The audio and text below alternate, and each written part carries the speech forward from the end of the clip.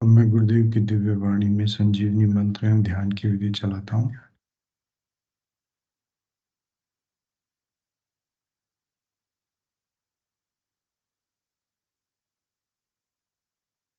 गुरुदेव सियाग सिद्ध योग ध्यान की विधि। आरामदायक स्थिति में बैठ जाएं और कुछ समय के लिए गुरुदेव के चित्र को ध्यान से देखें।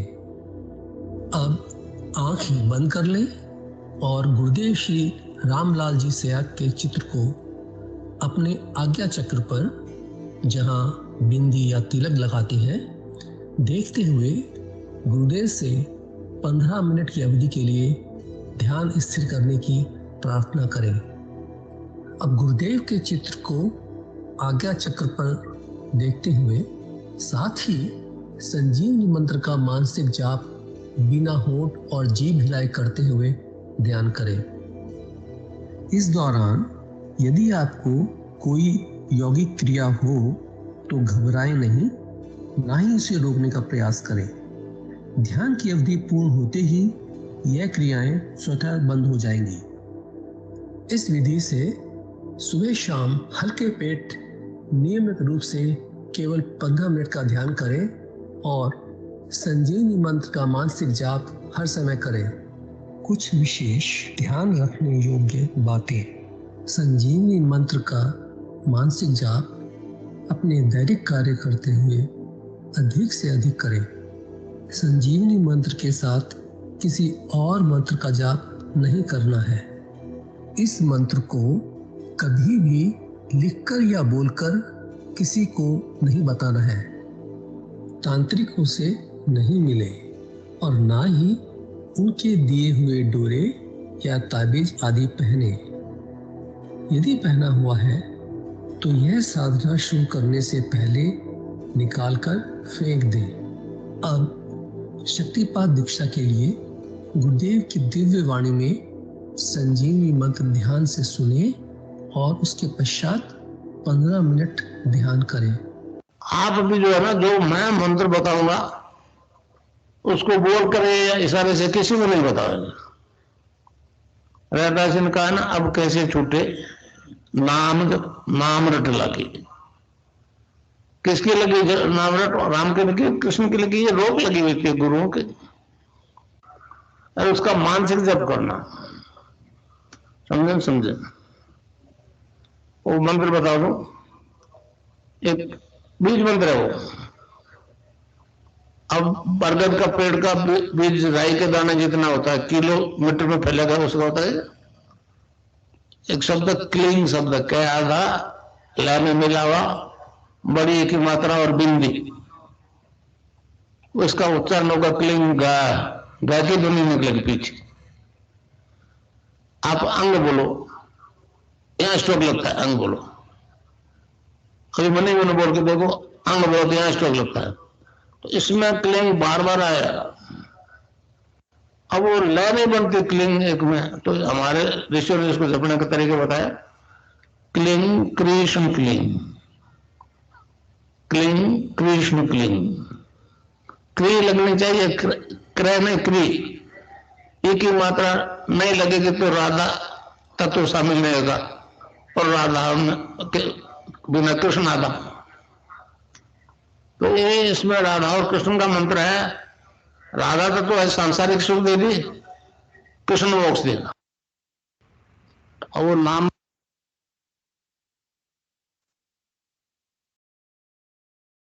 जय गुरुदेव। विनोद जी गुरु भाई से निवेदन है आज की दिव्य लेखनी पढ़े। जय गुरुदेव जी, मैं स्क्रीन शेयर कर देता हूँ।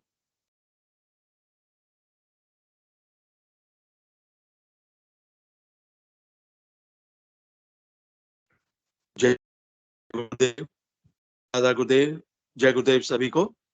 उस गुरुदेव की देवलेखनी में से जिस लेख को आज हम पढ़ेंगे उसका शीर्षक है आध्यात्मिक सत्संग। 11 दिसंबर 1988 को उस गुरुदेव ने लेख लिखा था। गुरुदेव लिखते हैं, इस युग में आध्यात्मिक सत्संग का सही अर्थ प्राय लुप्त हो चला है। भजन, कीर्तन, कथा, उपदेश आदि सत्संग के कई प्रकार इस समय संसार में प्रचलित हैं।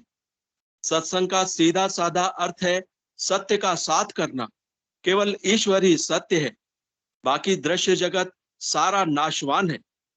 अतः जिसके संग के कारण उस परम तत्व पर ब्रह्म परमात्मा सच्चिदानंद घन की प्रत्यक्षानुभूति और साक्षात्कार हो जाए, वही सच्चा सत्संग है। इस समय संसार से ईश्वर तत्व प्राय पूर्ण रूप से लोप हो गया है। इस समय उस तत्व की प्रत्यक्षानुभूति मात्र कल्पना का विषय रह गया है। उस परम तत्व के लोप होने के संबंध में समर्थ गुरु स्वामी रामदास जी महाराज कहते हैं, तिन्ही लोक जेथुनी निर्माण झाले, तया देवरायासी कोणी न बोले, जगी थोरला देव तो चोरला से, गुरु वीण तो सर्वता ही नदी से। अर्थात तीनों लोक, भूलोक, धूलोक, पाताल लोक, जहां से उत्पन्न हुए उस सर्वश्रेष्ठ पर ब्रह्म देवादिदेव श्री राम को कोई नहीं कहता। जग में सर्वोत्तम देव चुराया गया है, उसके चोरी हो जाने के बाद वह दिखाई नहीं दे रहा है। उस देवाधिदेव की चोरी की तो गई है, किंतु सतगुरु रूपी गुप्तचर की सहायता के बिना वह नहीं दिख सकेगा। परंतु इस युग में संत सदगुरु मिलना बहुत ही कठिन है। इस संबंध में समर्थ गुरुदेव कहते हैं, गुरु पहाता पहाता लक्ष कोटि, बहु साल मंत्रावली शक्ति मोठी, मनी कामना चेट के धात माता, जनी व्यर्थ रे तो नवे मुक्तिदाता।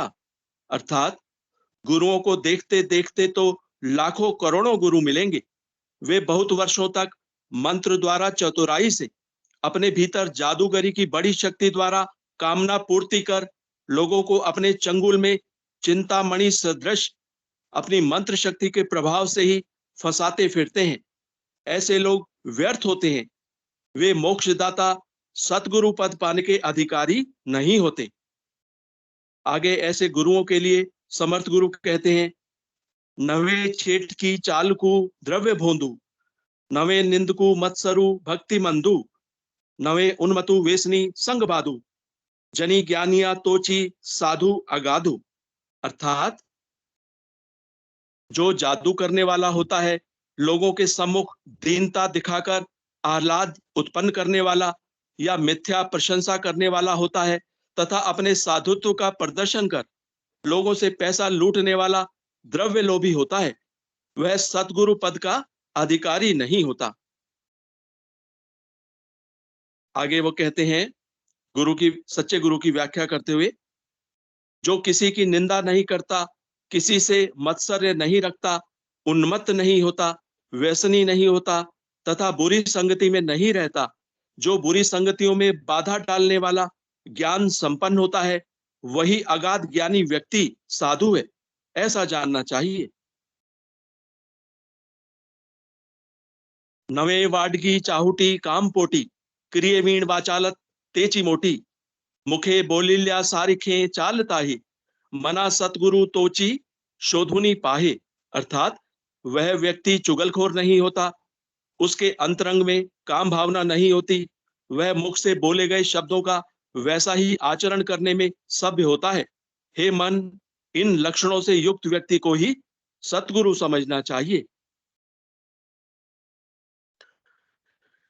जनी भक्त ज्ञानी विवेकी विरागी, कृपालु मनस्वी क्षमावंत योगी, प्रभु दक्ष व्युत्पन्न चातुर्य जाने, तया चेनी योगे समाधान बाणे। अर्थात वह सदगुरु पद का अधिकारी भक्त होता है और विवेक वैराग्य संपन्न, कृपालु, मनस्वी, क्षमाशील, योगी, समर्थ, अत्यंत सावधान, व्युत्पन्न अर्थात प्रत्युन्न मति वाला, प्रत्युत्पन्न मति वाला, चातुर्य संपन्न तथा संगति करने पर समाधान की प्राप्ति कराकर समाधानी बनाने वाला होता है। नवे तोची जाले नसे तेजी आले, कलो लागले सज्जना चेनी बोले, अनिर्वाच्य ते वाच्य वाचे वदावे, मना संत आनंद शोधित जावे, अर्थात जो पहले नहीं था वह हो गया, स्वरूप का बोध पहले नहीं था वह हो गया, जो नहीं आता था वह समाधान आ गया। ब्रह्म ज्ञान से पूर्ण स्वरूपानंद का भोग करने से समाधान चित्त में वास करने लगता है। गहन वेदांत वाक्यों का बोध जो स्वरूप का संकेत दिया करता था वह पहले नहीं समझता था। वह बोध महावाक्य तत्वमसि आदि का अर्थ सदगुरुदेव के कृपा वचनों से सहजी आत्मसात हो जाने से समझ में आने लगा। जो ब्रह्म निर्गुण निराकार और वाणी से परे अनिर्वचनीय था, वही वाणी से कहने योग्य और वाच्य हो गया। यह सदगुरुदेव की कृपा ही है, यह सदगुरुदेव की कृपा है कि वही ब्रह्म अब मेरे कथन का विषय हो गया है। हे मन, नित्य अनंत ब्रह्म को सत्संगति में रहकर खोजते रहो। उपर्युक्त से स्पष्ट होता है कि ऐसे संत सदगुरु की उपर्युक्त से स्पष्ट होता है कि ऐसे संत सदगुरु के सत्संग को ही सच्चे अर्थों में आध्यात्मिक सत्संग कहा जा सकता है। अगर आध्यात्मिक सत्संग प्रत्यक्ष परिणाम ना दे तो उसे सत्संग नहीं कहा जा सकता। केवल विश्वास से काम नहीं चल सकता, केवल विश्वास से काम नहीं चल सकता। जिस प्रकार गुड़ खाते ही मुंह में मिठास पैदा हो जाती है, ठीक वैसा ही परिणाम सत्संग का होना चाहिए। इसके विपरीत सभी कर्म कांड और प्रदर्शन है। समर्थ गुरु स्वामी रामदास जी महाराज ने जो संत सदगुरुदेव की पहचान बताई है, वैसा ही गुरु सत्संग के योग्य होता है। संसार के प्राय सभी धर्म संसार के सर्वभूतों, जड़ और चेतन की उत्पत्ति शब्द से मानते हैं। सभी धर्म कहते हैं कि वह शब्द प्रकाशप्रद है। सर्वप्रथम शब्द और प्रकाश से ज्ञान की उत्पत्ति होती है, फिर संपूर्ण ब्रह्मांड और त्रिगुणमयी माया की उत्पत्ति होती है। फिर त्रिगुणमयी माया अपने जनक शब्द और प्रकाश यानी प्रकाशप्रद शब्द की प्रेरणा से संसार के सर्वभूतों की रचना करती है। संसार का यह सारा प्रपंच उसी प्रकाशप्रद शब्द की देन है। दूसरे शब्दों में यह सारा संसार एक ही परम सत्ता का विस्तार मात्र है।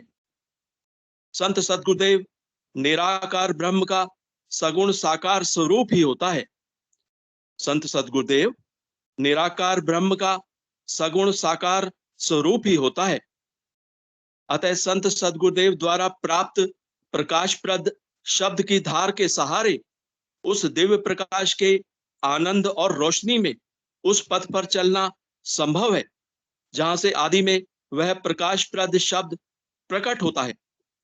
उसी को अलख लोक के ऊपर वाला अगम लोक संतों ने बारंबार कहकर वर्णन किया है। उस लोक में जाते ही जीवात्मा अपने जनक परमात्मा में पूर्ण रूप से लीन हो जाता है। इसी का नाम मोक्ष है, इसी का नाम मोक्ष है।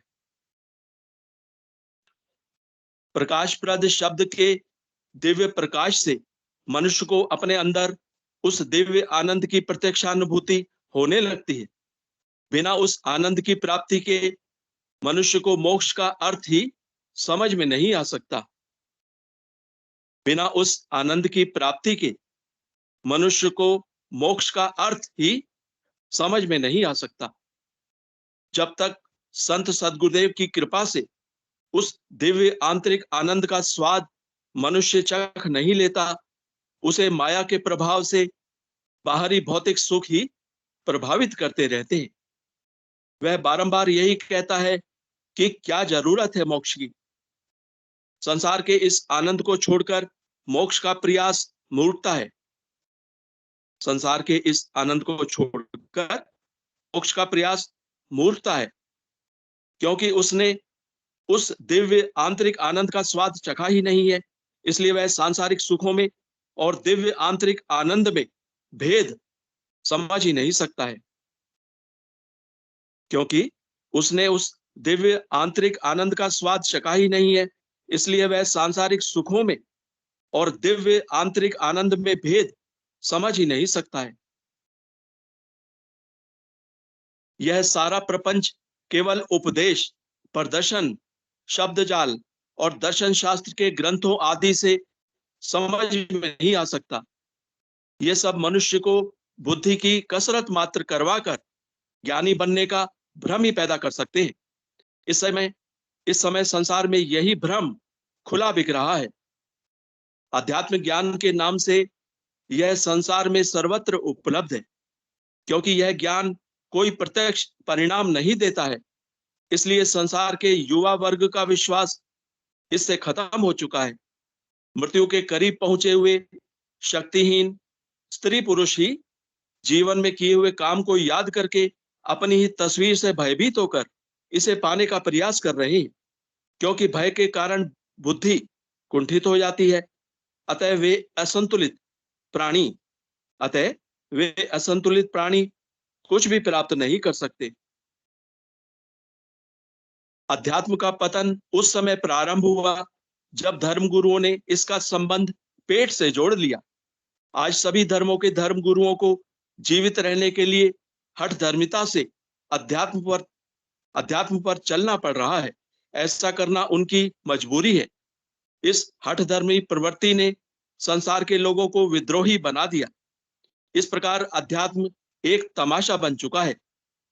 सर्वभूतों के जनक आदि कारण के प्रति ऐसा भाव परिवर्तन विशेष का द्योतक है। यह वैज्ञानिक सच्चाई है कि जब किसी बात की अति हो जाती है तो उसका अंत हो जाता है। ऐसा होना अनिवार्य भी है, क्योंकि अनादिकाल से उत्थान और पतन का यह क्रम चला आ रहा है। संसार का अंधकार उस दिव्य ज्ञान ज्योति के उदय हुए बिना हटना असंभव है। संसार का अंधकार उस दिव्य ज्ञान ज्योति के उदय हुए बिना हटना असंभव है। पहला दीपक जलना ही कठिन होता है। उसके बाद तो दीपक से दीपक चलने की प्रक्रिया के अनुसार पूरे विश्व में प्रकाश फैलने में देर नहीं लगेगी। जब यह मधुर स्वर लहरी संसार के वायुमंडल में तरंगित होने लगेगी तो आम प्राणी इससे प्रभावित हुए बिना नहीं रह सकता। इस प्रकार यह दिव्य प्रकाश की गति से भी तेज पूरे संसार में फैल जाएगा। प्रतिरोधक शक्तियां संभल भी नहीं पाएंगी, परंतु इसका मतलब यह नहीं कि वे बिना विरोध के शांत हो जाएंगी। उस परम सत्ता को संसार से उनका सफाया करना है। अतः उस विकृति के सफाई के लिए अंधेरे और उजाले का संघर्ष अनिवार्य है। इसके बिना पूर्ण शांति असंभव है। यह क्रम अनादिकाल से चला आ रहा है। पाप का अंत कुरुक्षेत्र में ही होता है। महर्षि श्री अरविंद की यह घोषणा कि वह परम सत्ता भारत की भूमि पर 24 नवंबर 1926 को अवतरित हो चुकी है, गलत नहीं है। उसके अवतरित होने का स्पष्ट अर्थ है अंधकार का सफाया। ऐसा अनादिकाल से होता आया है। हमें इतिहास को ध्यान में रखते हुए ऐसे संघर्षों से घबराना नहीं चाहिए, क्योंकि ऐसा होना अनिवार्य है। ऐसा अनादिकाल से होता आया है। संसार में अंधकार से जो संहार और हाहाकार मचा हुआ है वह पूर्ण शांति का ऊषा काल है। दीपक जब बुझते समय तेज प्रकाश फैलाता है, वैसे ही अंधकार मिटने से पहले भयंकर तबाही मचाता है। यह प्रकृति का अटल नियम है। जय गुरुदेव, जय दादा गुरुदेव, जय गुरुदेव सभी।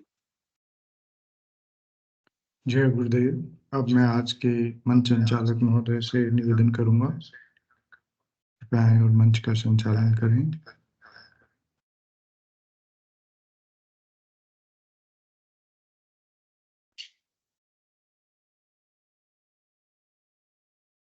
अखण्डमण्डलाकारं व्याप्तं येन चराचरं तत्पदं दर्शितं येन तस्मै श्रीगुरुवे नमः।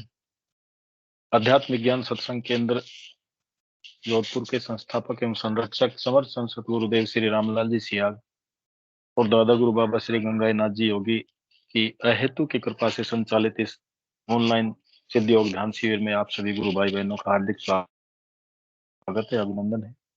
गुरुदेव का यह कार्यक्रम प्रतिदिन सुबह 5 से 5:30 बजे तक संचालित होता है, जिसमें 5 से 5:15 बजे तक गुरुदेव की दिव्य वाणी में स्पीच सुनी जाती है और 5:15 से 5:30 बजे तक सभी गुरु भाई बहन मिलकर के सामूहिक ध्यान करते हैं।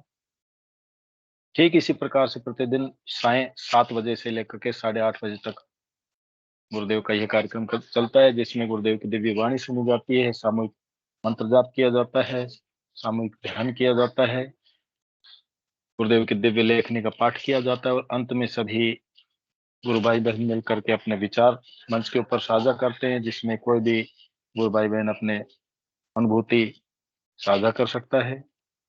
तो इस कार्यक्रम को आगे बढ़ाते हुए मैं आमंत्रित करता हूँ गुरु बहन राधा जी। जय गुरुदेव, मंच के ऊपर आपका स्वागत है, कृपया अपने विचार रखिए।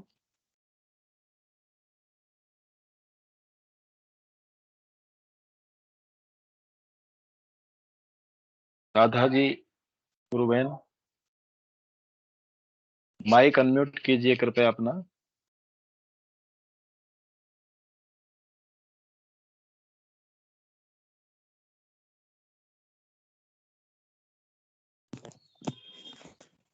सभी को जय गुरुदेव। जय गुरुदेव गुरु बहन, जय गुरुदेव। भैया जी, मुझे ना कोई नेगेटिविटी जो क्या कहते हैं वो परेशान करती है। मैं अभी जुड़ी हूँ 20-25 दिन से। पहले भी मैं करा है 1.5 साल, उसके बाद मैंने छोड़ दिया था। अभी फिर दोबारा शुरू करिए, पर लेकिन मुझे वो नेगेटिविटी परेशान कर रही है। मैं क्या करूँ उसके लिए? जी गुरु बहन,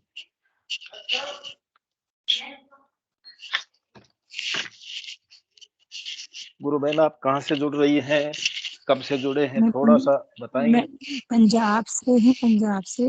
मैं जी 2019 गुरु से जुड़ी हूँ, पर बीच में छोड़ दिया था। वो जो नेगेटिविटी थी वो बहुत परेशान कर रही थी। मैंने बहुत मंत्र जाप वृंदावन गए, बहुत कुछ किया, किसी से फर्क नहीं पड़ा। पर अब मैंने ओनली, पहले मैं गुरुदेव का मंत्र जाप कर रही थी, उससे कुछ फर्क नहीं पड़ा। कि सुबह ही उठते ही वो पेन होती थी मेरी बॉडी में, जो मुझसे उठा नहीं जाता था। फिर मैं सिर्फ जाप किया, ओम श्री गंगाई नाथ नमो, ओम श्री गंगाई नाथ। उससे मेरी 1 दिन में क्रिया हुई बॉडी में, वो मेरा दर्द गायब हो गया बिल्कुल। कंधे का दर्द था जो मेरे कम से कम 25, मैं 40 साल की हूँ, 26-27 साल पुराना दर्द था, वो गायब हो गया बिल्कुल 1 दिन के। सिर्फ ओनली ओम श्री गंगाई नाथ नमो का जाप ही किया था मैंने। जी गुरु बहन, देखिए गुरु बहन, मंत्र तो गुरुदेव जो संजीवनी मंत्र देते हैं उसी का जाप करना है, और वो भी मानसिक रूप से जाप करना है, बिना होठ और बिना जीभ हिलाए। रही बात आपके शारीरिक पीड़ा की, तो गुरुदेव के चित्र के सामने बैठ करके और समर्पण भाव से गुरुदेव से प्रार्थना करें कि गुरुदेव हम आपके शरण में हैं। जितना ज्यादा हम समर्पित होंगे उतना जल्दी हमको रिजल्ट आएगा। 2 टाइम अपन को मेडिटेशन करना है, सुबह शाम 15-15 मिनट। उसके अलावा जितना जल्दी आपको रिजल्ट चाहिए उतना ज्यादा मंत्र जाप, चलते फिरते उठते बैठते नहाते धोते लेटरिन पेशाब जाते सघन मंत्र जाप कीजिए और गुरुदेव के चरणों में बैठ करके प्रेयर कीजिए, तो निश्चित रूप से उसको आपको लाभ होगा, लाभ मिलेगा निश्चित रूप से आपको, इसमें कोई दो राय नहीं है। जी गुरु बहन, हमको सिर्फ 2 टाइम मेडिटेशन करना है, ज्यादा से ज्यादा मंत्र जाप करना है। गुरु बहन आप लाइन पे बने रहिए। गुरु भाई स्वागत है आपका, पंकज जी। जय गुरुदेव। जय गुरुदेव। जय जी मैं गुरु बहन से निवेदन करना चाहूँगा, जो मैं समझ पा रहा हूँ कि इसमें गुरुदेव स्पीच में कहते हैं कि मेरे से दीक्षा लिए हुए भी एड्स और कैंसर के पेशेंट मरे हैं। उनका कारण होता है उनकी आस्था डिवाइड हो जाती है। तो आप बाकी सब उपाय आपने आजमा लिए हैं। अब आपको स्थिरता से गुरुदेव पे भरोसा, पूर्ण भरोसा करना पड़ेगा और गुरुदेव पे ही छोड़ना पड़ेगा। अब इसमें ये थोड़ा मैंने देखा है कि कई बार होता है कि हम 2 दिन करते हैं फिर कहते हैं गुरुदेव आप रिजल्ट नहीं दे रहे हो। तो हम फिर दूसरा लाइन पकड़ लेते हैं कि चलो यहाँ से नहीं हो रहा है, वहां से चले जाएं। वहां पे भी हम 2 दिन करते हैं, फिर सोचते हैं कि अरे यहाँ पे भी नहीं हो रहा है। तो कहने का मतलब कि आपको गुरुदेव पे स्थिरता से विश्वास करना पड़ेगा। ये शक्ति तब ज्यादा काम करती है जब इस पे पूर्ण रूप से हम निर्भर हो जाते हैं कि अब आपको बचाना है या फिर मरना है मुझे। तो 2 ही रास्ते हैं मेरे पास, या तो आप बचा लो या फिर मेरा पता नहीं क्या होगा। तो गुरुदेव स्पीच में एक और उदाहरण देते हैं कि जो पेशेंट टेबलेट लेते हैं उनकी बीमारी बाद मतलब ठीक होने में टाइम लगता है, और जो गोली भी छोड़ देते हैं सिर्फ इस शक्ति के सहारे हो जाते हैं कि वही मतलब आपका तो हो सकता है नकारात्मक विचारों का या इस तरह की प्रॉब्लम है, बट या कोई फिजिकल छोटी मोटी होगी, लेकिन जो एड्स का पेशेंट है मान लो वो टेबलेट लेना छोड़ दे, तो आप सोचिए कि उसने अपने जीवन में कितना बड़ा खतरा ले लिया है कि गुरुदेव के पूरी तरह गुरुदेव के सहारे हो गया। तो फिर गुरुदेव जो स्पीच में कहते हैं कि उसकी पूर्ण आस्था मेरे में आ जाती है और फिर वो शक्ति ज़्यादा काम करती है।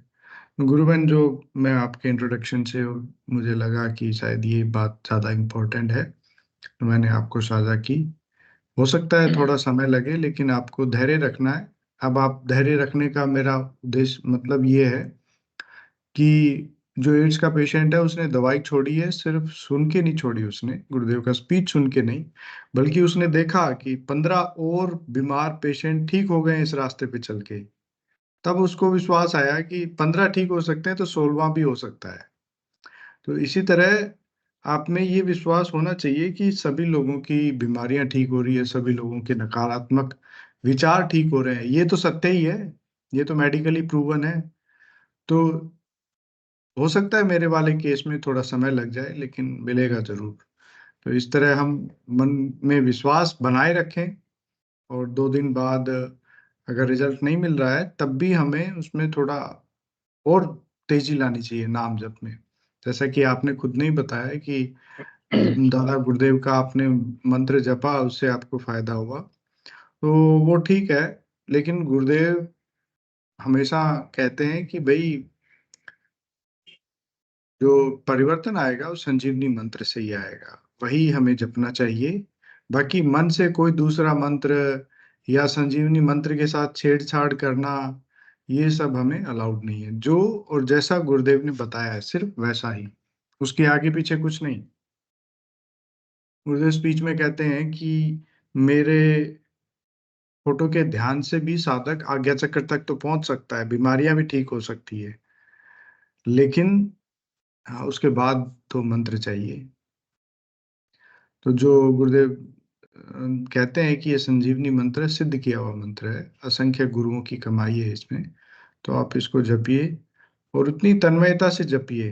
हो सकता है मैं मुझे जो समझ में आ रहा है कि हो सकता है कि दादा गुरुदेव थोड़ा अंतर्लक्षी महर्षि और ऐसा उनकी चित्र से लगता है, वो हम कनेक्ट कर पाते हैं कि ये मुझे बचा लेंगे।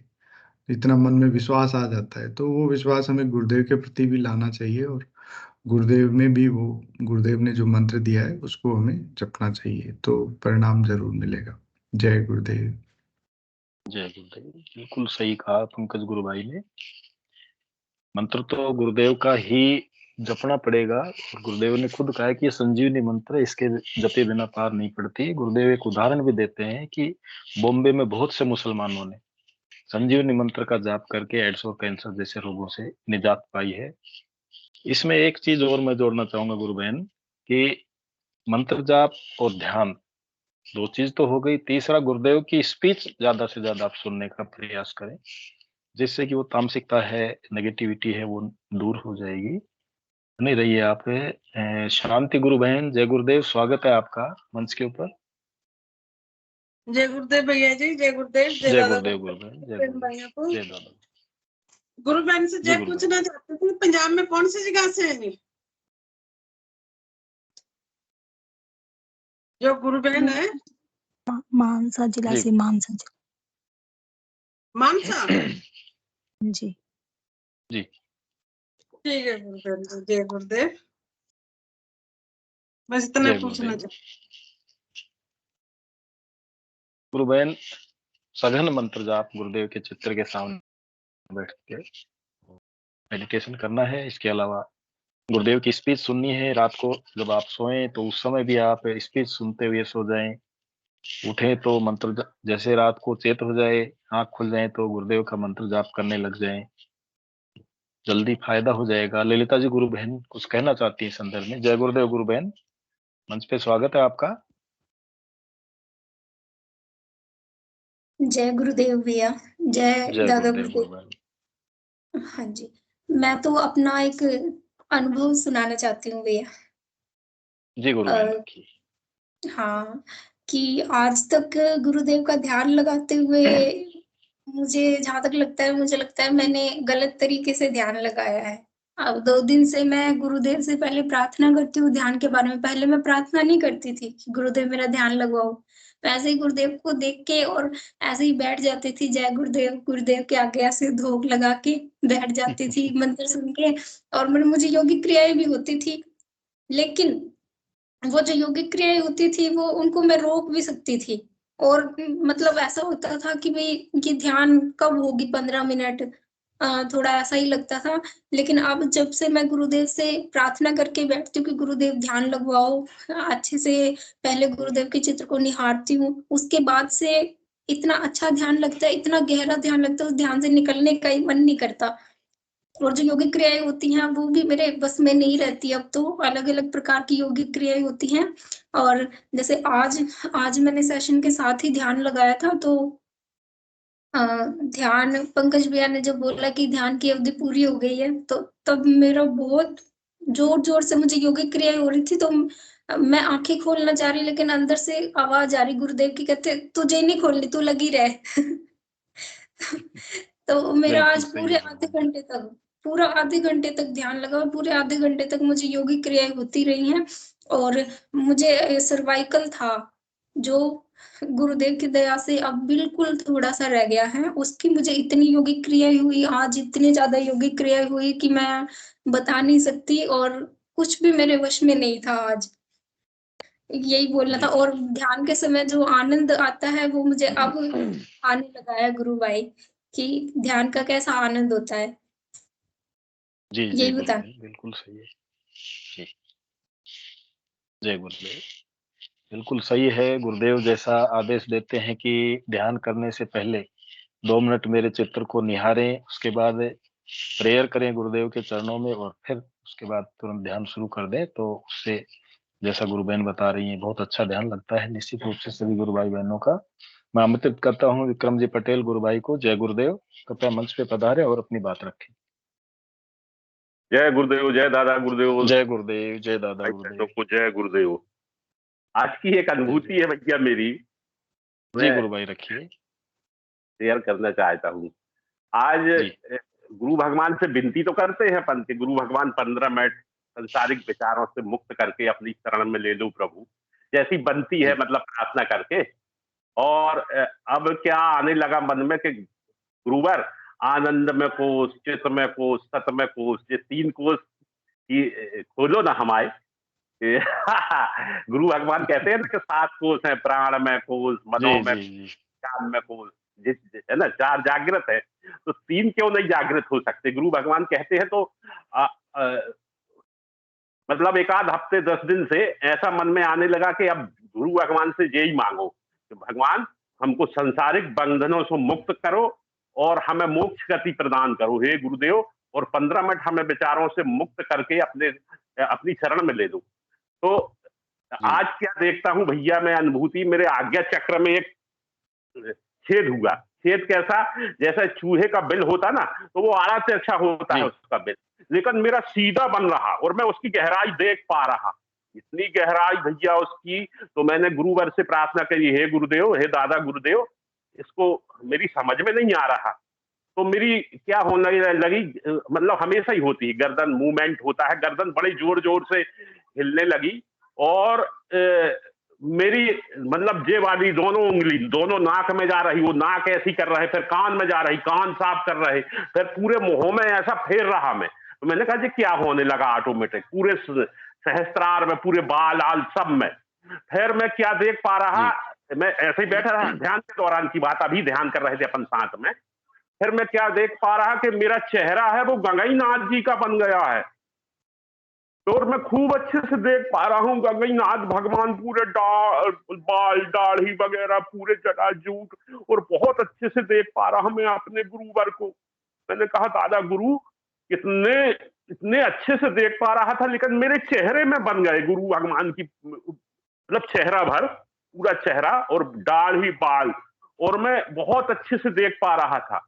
मैंने विनती की थी ना गुरुवर जी, समझ में नहीं आ रहा है जी गड्ढा क्या है आज्ञा चक्र में, इसका अब मुझे बिल्कुल नहीं समझ पा रहा मैं, ये गहराई क्यों बन रही।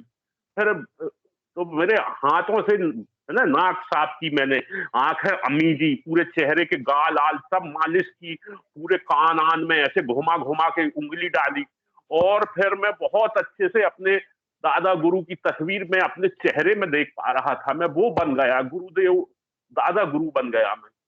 बहुत अच्छे से देखा मैंने आज अपने गुरु दादा गुरु को, तो ऐसी मेरी अनुभूति है। और फिर मेरे रोम रोम खड़े हो गए बिल्कुल पूरे शरीर में।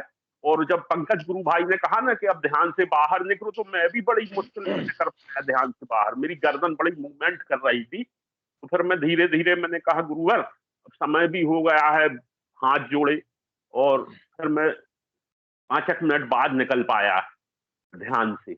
मूवमेंट तो हो ही रहा था, तो गुरुदेव ने आज से दर्शन दिए मुझे आज भैया, तो ये मेरी अनुभूति थी।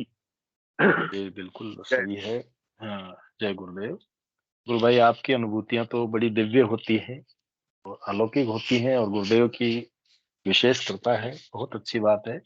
हम जैसे जैसे मंत्र जाप सघन हमारा होता है, मंत्र ध्यान करते हैं, तो साधना में आगे बढ़ते जाते हैं, और विविध प्रकार के अनुभव गुरुदेव हमको करवाते रहते हैं, जिससे हमारा विश्वास और भी ज्यादा गुरुदेव के चरणों में दृढ़ हो जाता है कि हमारी साधना ठीक चल रही है।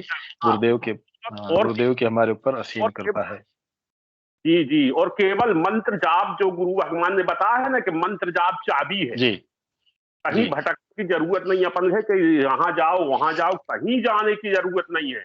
मैं भी माता का भक्त था, बड़ा खेरदाई माता, नहीं जाता था जल चढ़ाने तो मुझे चैन नहीं पड़ती थी, या मैं दर्शन करने नहीं जाता था तो बिल्कुल अच्छा नहीं लगता था।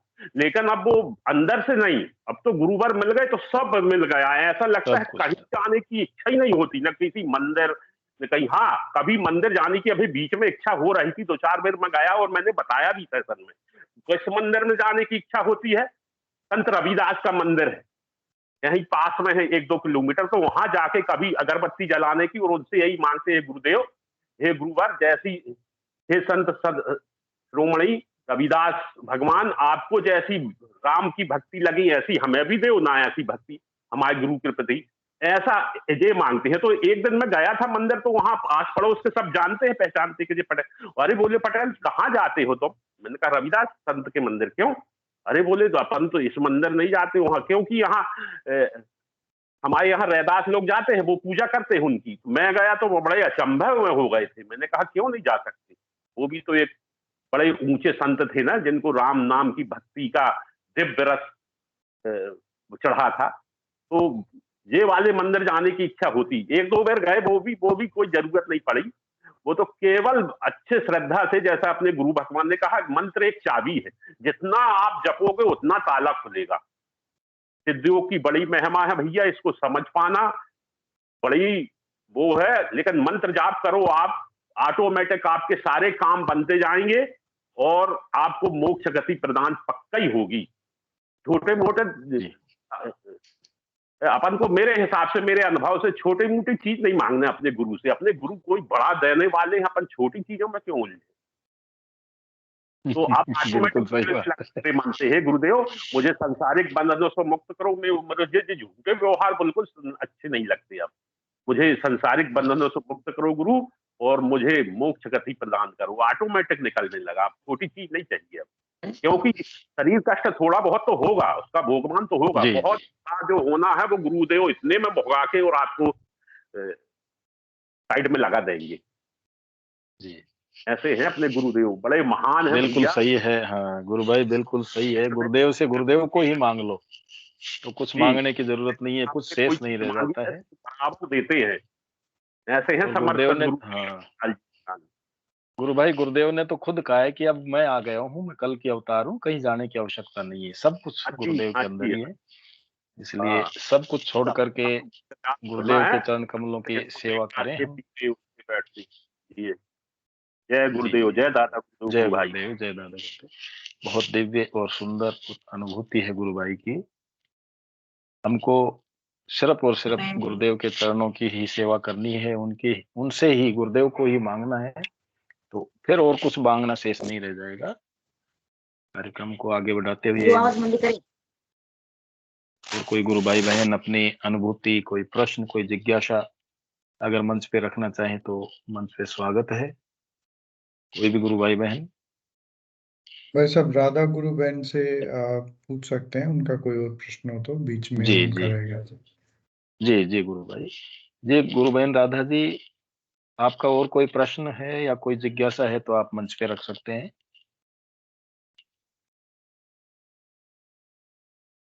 राधा जी गुरु बहन सुन पा रही हैं तो?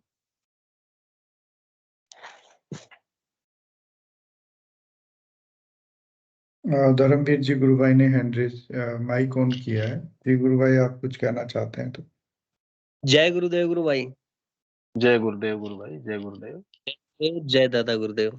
जय दादा गुरुदेव। कृपया अपना, हाँ, कैमरा भी ऑन कर लें अगर कोई इशू नहीं हो तो।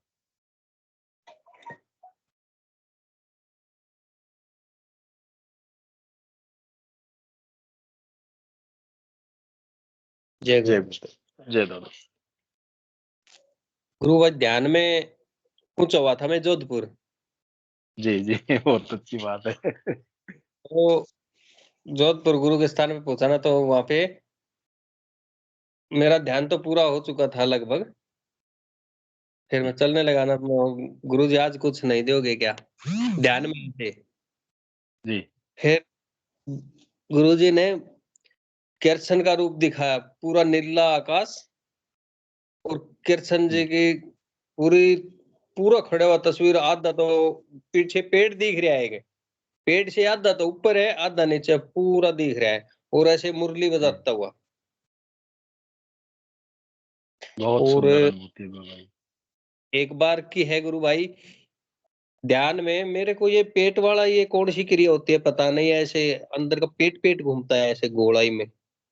जी जी, न्योली क्रिया बोलते हैं इसको। हाँ, ये न्योली क्रिया हुई मेरे साथ 2 मिनट के लिए। जी जी 2 मिनट न्योली क्रिया, और पीछे से पूरा ऐसे उठने लगा, पीछे से पूरा। जी एक बार गुरु भाई सुबह का बिल्कुल सही है। हाँ, गुरुदेव खुद कहते हैं कि आपके शरीर को जैसी डिमांड होगी उसी के अनुरूप कुंडलिनी उसी पॉइंट को टर्न अप करेगी जहां कमी है, और उसी के साथ में यौगिक मूवमेंट, आसन बंद मुद्रा, प्राणायाम ऑटोमेटिक होंगे। तो ये कुंडलिनी जागृत है, इसकी निशानी है, और वो अपना कार्य कर रही है, आपके शरीर को प्योर कर रही है। यही था गुरु भाई। जी गुरु, गुरुदेव। जय गुरुदेव, जय गुरुदेव। बहुत दिव्य अनुभूति है। भगवान कृष्ण के दर्शन होना, गुरुदेव खुद कृष्ण के अवतारी हैं, कल की अवतारी हैं, और साक्षात विष्णु के अवतारी हैं, और उनके दर्शन होना बहुत अच्छी बात है।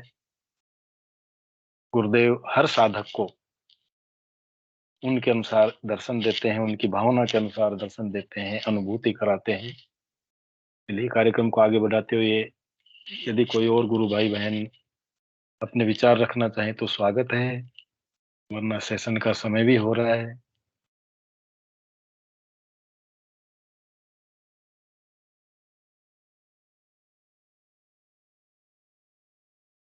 जी हिंगू जी गुरु भाई, स्वागत है आपका मंच के ऊपर। आज के सेशन को गुरुदेव के चरण कमलों में समर्पित कीजिए। कृपया सभी कैमरा और माइक ऑन कर लें। गुरुदेव का सभी जयकारा लगाएंगे एक साथ, इसलिए निवेदन है सभी माइक और कैमरा ऑन कर लें। जय गुरुदेव सभी को, गुरुदेव की दिव्य चेतना सभी में सिद्ध हो। जगत व्यापी हो और जगत के कल्याण के लिए हो।